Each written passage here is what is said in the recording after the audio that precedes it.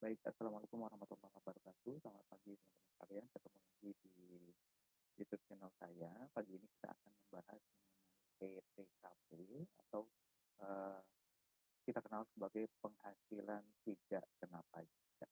PTKP ini khusus dikenakan atau khusus kita temui dalam menghitung pajak penghasilan orang pribadi. Ya, PTKP ini tidak kita temui di pajak penghasilan badan karena sesuai ketentuan Undang-Undang PPh kita bahwa PTKP itu hanya dikenakan bagi wajib pajak orang pribadi. Apa itu PTKP, kemudian bagaimana pengenaannya, berapa nilainya, dan ada kondisi-kondisi tertentu nggak yang harus kita perhatikan terkait PTKP akan saya bahas di slide-slide berikutnya. Nah, eh, definisi PTKP sebenarnya PTKP itu adalah jadi kalau gambarannya kalau kita menghitung pajak penghasilan orang pribadi dari penghasilan bruto kemudian kita cari penghasilan netonya entah dengan pembukuan atau entah dengan norma. Nah, setelah penghasilan neto itu akan dikurangi dengan penghasilan tidak kena pajak atau kita kenal sebagai PTKP. Nah, penghasilan neto yang dikurangi dengan penghasilan tidak kena pajak akan menjadi penghasilan kena pajak. Dalam bahasa lain, bisa saya sampaikan bahwa PTKP adalah batas minimum atau threshold di mana wajib pajak orang pribadi akan dikenai pajak. Gampangannya, mungkin bisa saya sampaikan bahwa untuk dapat hidup dengan layak di Indonesia, warga negara Indonesia itu butuh penghasilan minimal berapa sih? Gitu. Maka biaya hidup layak tersebut tidak dikenai pajak. Makanya dikenal sebagai penghasilan tidak kena pajak. Nah, PTKP atau penghasilan tidak kena pajak ini merupakan amanat dari pasal 6 Undang-Undang PPh yang menyebutkan bahwa kepada orang pribadi sebagai wajib pajak dalam negeri, jadi hanya dikenakan kepada wajib pajak dalam negeri, tidak dikenakan kepada wajib pajak luar negeri. Pada orang pribadi wajib pajak dalam negeri ini diberikan pengurangan berupa penghasilan tidak kena pajak atau PTKP sebagaimana dimaksud dalam pasal 7 Undang-Undang PPh. Nah, ini merupakan bunyi dari pasal 6 ayat 3 Undang-Undang Pajak Penghasilan, ini Undang-Undang nomor 36 tahun 2008. Nah, di pasal 6 ini menyebut ketentuan pasal 7. Nah, kira-kira bagaimana sih bunyi pasal 7? Pasal 7 berbunyi seperti ini. Penghasilan tidak kena pajak. Penghasilan tidak kena pajak per tahun diberikan paling sedikit sebesar A 15.840.000 untuk diri wajib pajak orang pribadi, kemudian B 1.320.000 dan seterusnya hingga huruf D. Kemudian ayat 2-nya menyebutkan penerapan ketentuan ditentukan oleh keadaan pada awal tahun pajak atau awal bagian tahun pajak, dan yang ketiga penyesuaian besarnya penghasilan tidak kena pajak sebagaimana dimaksud pada ayat 1 ditentukan dengan atau ditetapkan dengan peraturan Menteri Keuangan setelah dikonsultasikan dengan DPR begitu ya. Nah, itu dasar hukum dari penerapan PTKP, yakni pasal 6 dan pasal 7 Undang-Undang PPh. Meskipun di pasal 7 di sana menyebutkan di ayat satunya besarannya adalah 15.840 dan seterusnya, saat ini nilainya sudah berubah ya sesuai dengan PMK terakhir, itu nilainya sudah berubah, tidak sesuai dengan bunyi pasal 7 ini. Kemudian kita lihat lebih mendetail mengenai pengaturan PTKP ini. Ini slide-nya bunyinya sejarah PTKP, tapi sebenarnya tidak tepat ya. Saya akan menjelaskan mengenai PTKP. Tadi di ayat 7, di pasal 7 kita menyebut, kita tahu bahwa PTKP ditentukan berdasarkan keadaan pada awal tahun. Oleh karenanya PTKP ditentukan dengan melihat kondisi per 1 Januari tahun berjalan. Misalnya, pada tahun 1 Januari saya belum menikah alias masih single. Kemudian saya menikah di pertengahan tahun. Meskipun di pertengahan tahun saya sudah menikah, namun karena di awal tahun status saya masih single, maka PTKP di tahun tersebut adalah single. Nah, sebaliknya, misalnya, atau contoh lain, pada tanggal 2 Januari lahir anak dari, misalnya saya punya anak gitu ya. Nah, namun karena lahirnya di tanggal 2 Januari, bukan di 1 Januari, maka anak ini juga belum diakui sebagai tanggungan di PTKP. Nah, gitu ya. Jadi melihat kondisi pada awal tahun. Biasanya kita melihat tanggal 1 Januari kondisinya seperti itu. Yang kedua, tanggungan diberikan paling banyak 3 orang. Ya, jadi nanti penulisan PTKP itu seperti ini, ada satu, kemudian eh, apa namanya, garis miring berapa tanggungannya. Tanggungannya diberikan paling banyak 3 orang, tidak boleh lebih. Nah, siapa yang dapat ditanggung? Kalau sesuai ketentuan pasal 7, di sini disebutkan di ayat 1 huruf C, 1.320.000 tambahan untuk setiap anggota keluarga, sedarah, dan keluarga semenda dalam garis lurus keturunan lurus serta anak angkat. Jadi kalau sejarah itu ya, sejarah itu anak, orang tua gitu ya. Dalam garis keturunan lurus, tadi hanya naik atau turun gitu, tidak ke kanan atau ke kiri, serta anak angkat. Nah, anak angkat ini juga bisa mendapatkan tanggungan yang menjadi tanggungan sepenuhnya paling banyak 3 orang. Tadi sudah kita bahas bahwa paling banyak 3 orang. Nah, di sini disebutkan di penjelasannya bahwa yang dimaksud dengan anggota keluarga yang menjadi tanggungan sepenuhnya adalah anggota keluarga yang tidak mempunyai penghasilan. Jadi syaratnya tanggungan itu harus tidak punya penghasilan. Karena kalau dia sudah punya penghasilan sendiri, dia tidak bisa menjadi tanggungan. Dan seluruh biaya hidupnya ditanggung oleh wajib pajak. Jadi benar-benar menjadi tanggungan dari wajib pajak tersebut. Nah, PTKP itu dinotasikan dengan simbol ya. Ada TK, ada K, dan ada TK dan ada K ya. Kalau TK artinya tidak kawin. Kalau K artinya kawin. K pun nanti ada K garis miring, ada K garis miring I garis miring tanggungan. Apa sih bedanya? Kita akan bahas satu-satu ya. Ini PTKP terakhir, jadi kalau dia TK 0, PTKP-nya adalah sebesar 54 juta. Ini sesuai dengan ketentuan yang terbaru. Alias, atau bisa disebut 4,5 juta sebulan, karena tahunnya 54 juta. TK1 artinya dia tidak kawin dan menanggung satu orang tanggungan, misalnya wanita single atau pria single dan menanggung ayahnya atau menanggung ibunya. Gitu. Itu notasinya adalah TK1. Besarannya 58.500.000. 58.500.000 ini berasal dari 54 juta rupiah untuk diri wajib pajak sendiri ditambah 4,5 juta untuk tanggungan. Gitu ya. Kemudian TK2 artinya tidak kawin atau dia single dan menanggung 2 orang tanggungannya. Besarannya sebesar 63 juta. 63 juta ini berasal dari 54 juta rupiah untuk dirinya sendiri ditambah 2 orang tanggungan masing-masing 4,5 juta sehingga totalnya 63 juta.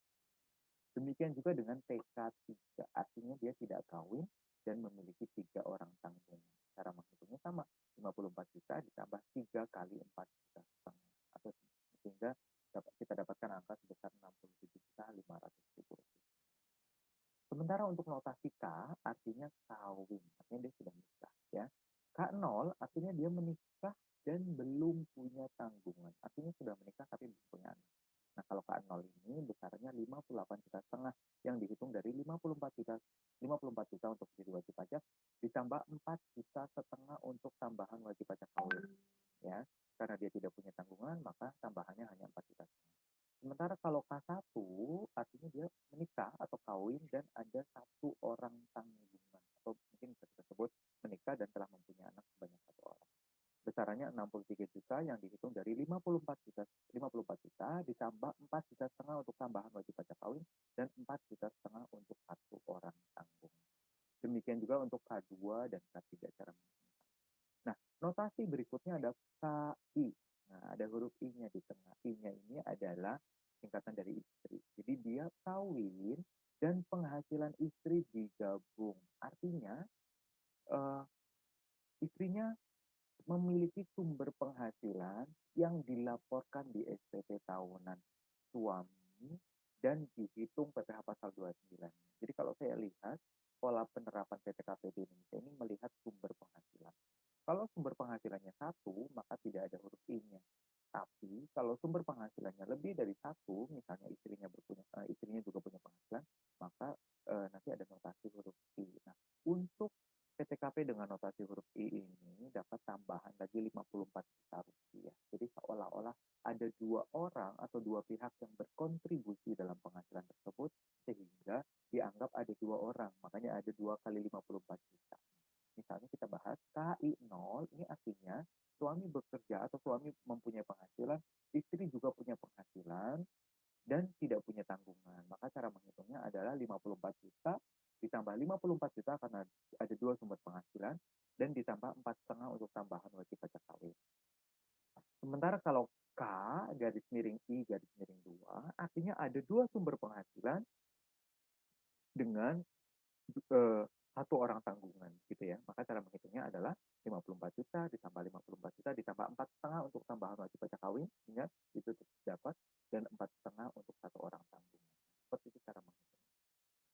Jadi kalau saya melihat, tadi sudah saya sampaikan juga bahwa PTKP ini melihat berapa banyak sumber penghasilan di keluarga tersebut, karena konsep pengenaan pajak di Undang-Undang PPh kita adalah satu keluarga dianggap sebagai satu kesatuan ekonomis, sehingga satu keluarga ya harusnya cukup satu NPWP, yang mana yang ber-NPWP adalah cukup suami, kepala keluarga, begitu ya. Makanya ketika sumber penghasilannya hanya satu, maka PTKP-nya dikenakannya satu. Tapi ketika ada lebih dari satu sumber penghasilan, misalnya istri punya penghasilan juga, maka PTKP-nya adalah KI, artinya istrinya juga memperoleh hak untuk PTKP sebesar 54 juta. Tetapi apakah demikian? Belum tentu. Nanti akan dilihat si istri ini penghasilannya apa. Karena ada juga ketentuan yang mengatakan bahwa kalau istri bekerja dan hanya bekerja pada satu pemberi kerja, yang mana pekerjaannya tidak ada hubungannya dengan penghasilan suami, maka penghasilan istri dianggap final. Nah, itu akan kita bahas di slide-slide berikutnya. Nah, terus bagaimana Pak untuk PTKP wanita kawin yang bekerja? PTKP wanita kawin itu selalu dianggap TK0. Karena artinya ketika wanita sudah kawin, si suami punya NPWP, maka ketika akan dihitung PTKP-nya atau akan dibuat bukti potong dari pemberi kerja, maka dianggap PTKP-nya dianggap sebagai bujangan atau single TK0. Kenapa? Karena PTKP terkait kawin dan lain-lain itu sudah dikenakan ke atau melekat ke suami, bukan melekat ke istri. Ya. Sementara untuk PTKP wanita tidak kawin, dia sesuai dengan keadaan yang sebenarnya. Makanya tadi ada TK1, TK2, TK3. Bisa jadi belum kawin tapi menanggung kedua orang tuanya. Karena orang tuanya misalnya tidak punya penghasilan dan menggantungkan sepenuhnya hidupnya kepada anaknya, maka si anak yang belum kawin tersebut boleh PTKP-nya TK garis miring tanggung. Sementara kalau sudah kawin, yang namanya wanita, PTKP-nya harus selalu TK. Nah, itu ketentuan di Indonesia. Nah, ada beberapa kondisi tertentu yang perlu saya jelaskan karena uh, sedikit apa ya, perlu dijelaskan. Di sini ada kolom, ada istri, ada suami. Ya. Masing-masing punya kolom. Ada usahawan tidak final, ada usahawan final, ada karyawan dari satu pemberi kerja dan tidak bekerja. Ini nanti kondisinya berbeda-beda. Usahawan tidak final itu artinya dia mempunyai usaha dan tidak dikenai PPh final. Dalam hal ini kita berbicara mengenai PP 23 tahun 2018 sekitar 0,5% dari omset. Ya. Sementara usahawan final dia punya usaha tapi dikenai PP 23 tahun 2018. Artinya dikenai 0,5% dari omset. Gitu ya. Nah, misalnya kondisi yang pertama, si suami mempunyai usaha dan tidak dikenai PPh final. Demikian juga dengan si istri. Si istri melakukan usaha dan tidak dikenai PPh final. Artinya ini si suami punya usaha, istri juga punya usaha sendiri. Misalnya si suami punya toko bangunan, si istri buka katakanlah uh, jasa gitu ya, jasa itu misalnya apa ya, bukan jasa ya, misalnya punya toko kelontong namun tidak dikenai PPh final, itu artinya tidak dikenai PP 23, maka PTKP-nya adalah dalam kondisi demikian kita melihat ada dua sumber penghasilan yang akan dikenai PPh pasal 29, yaitu penghasilan dari suami dan juga penghasilan dari istri. Itu kondisi yang pertama. Maka PTKP-nya adalah KI berapa tanggungannya. Sementara misalnya si suami punya usaha tidak final, katakanlah tadi punya toko bangunan dengan penghasilan atau omset di atas 4,8 miliar, sementara si istri usahanya dikenai PPh final, katakanlah buka salon kecil-kecilan atau warung kecil-kecilan gitu ya, dikenai PPh final, maka PTKP-nya artinya sumber penghitungan PPh pasal 29-nya hanya dari satu sumber, yaitu sumber si suami. maka PTKP-nya adalah K garis miring, bukan KI garis miring, ya. Kemudian kalau suami usaha, istri menjadi karyawan dari satu pemberi kerja yang mana pekerjaannya tidak punya hubungan dengan usaha si suami, maka PTKP-nya juga K. Karena kenapa? Karena penghasilan istri dikenai atau bersifat final, jadi tidak akan dijumlahkan sebagai penghasilan suami. Dan di sisi lain kalau istri tidak bekerja, jelas artinya istri tidak punya kontribusi terhadap penghasilan sehingga PTKP-nya adalah K dan gitu ya. Nah, bagaimana kalau kondisi yang kedua? Si suami punya usaha final, si istri punya usaha tidak final. Penghasilan final itu artinya penghasilan yang sudah dikenai PPh final, artinya ya sudah berhenti, tidak akan dihitung lagi PPh pasal 29.